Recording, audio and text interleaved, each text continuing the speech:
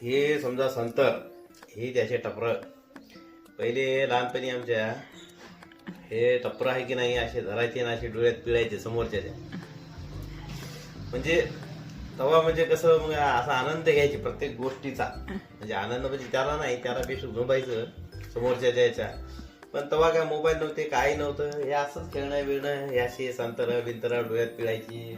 मग बोरा आणाय जायचं चिचा पाडाय जायचं त्या आंब्याच्या पोळी खेळायच्या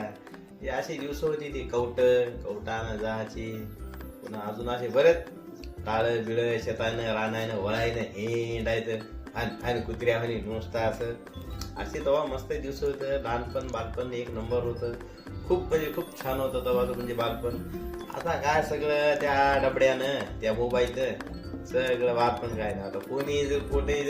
कोणी बी त्या डबड्यामध्ये मोबाईल खूप सुटतो इतकुशी लेकरं मोठाली माणसं आता कोण बोलणं नाही भाषण नाही हसी मजाक नाही कोणाशी काही नाही तेव्हा हसी मजाक पण अशा राहायच्या की समोरचं हसायचं हे हसायचं आता काय ना आता हसी मजाक असा झाल्या नुसत्या टोचूनच बोलायच्या अशा पुढच्याला टेन्शन आणलं पाहिजे आणि मारामारा झाल्या पाहिजे त्याच्या मजाक घ्या त्यासाठी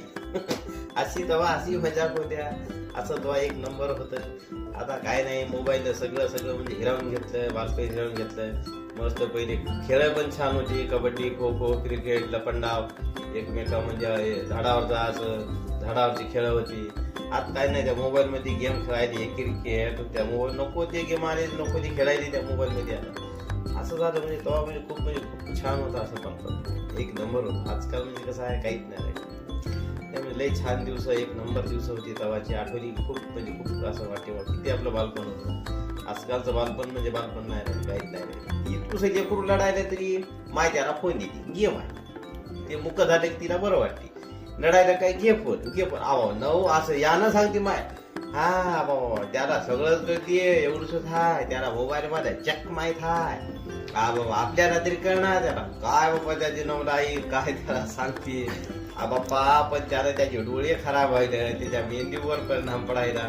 त्याच्या बुद्धीचा विकास होईन झाला असं काय समजत नाही ती भोंगा काढायला का ते डबडे त्याच्या हातात तिच्या लेकरू मुक मग ते पुढं काही नाही ती मुकच व्हायची होती मग ती कोणाला बोलणार काहीच नाही मुक खटत नुसतंच मान हालू होती मग कोणी बोलले तरी बोलणार काही नाही हसून राहत नाही आनंदी राहत नाही ते अशी बालपणापासून मोबाईल त्याच्यावर सगळा इफेक्ट करतील काय होणार आहे असं होतं म्हणजे संत्रापासून तर एवढं होतं की कुठल्या कुठेही गेला आता ते संत्रा असं होतं